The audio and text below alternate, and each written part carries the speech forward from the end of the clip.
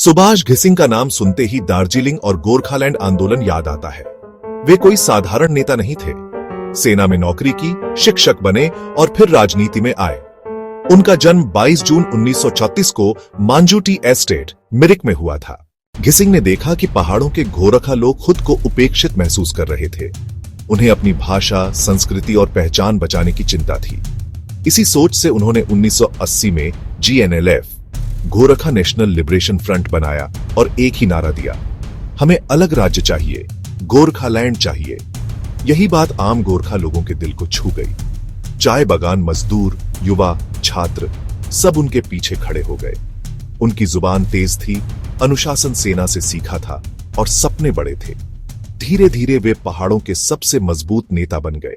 1986 से 1988 तक आंदोलन इतना उग्र हुआ कि दार्जिलिंग की गलियां सुनसान हो गईं।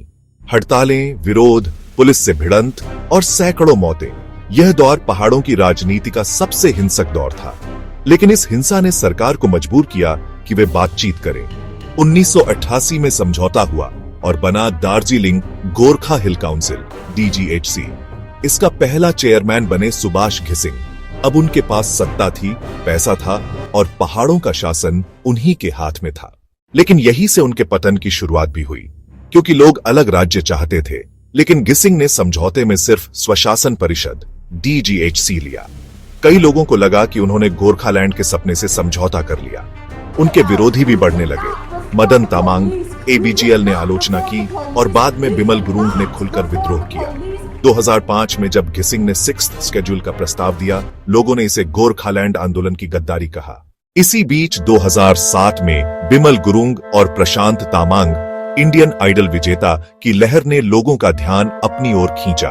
जनता धीरे धीरे घिसिंग से दूर होती गई और 2008 में वे पूरी तरह सत्ता से बाहर कर दिए गए। उनका संगठन बिखर गया और GJM, गोरखा जनमुक्ति मोर्चा ने उनकी जगह ले ली।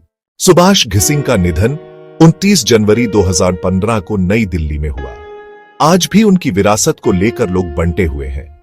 कुछ उन्हें गोरखालैंड का पिता मानते हैं तो कुछ उन्हें धोखेबाज कहते हैं। लेकिन सच्चाई यह है कि सुभाष घिसिंग ने गोरखाओं को पहचान दी, लेकिन वही पहचान उनकी सबसे बड़ी परीक्षा बन गई। आंदोलन उन्होंने शुरू किया, पर अंत किसी और के हाथों में हुआ।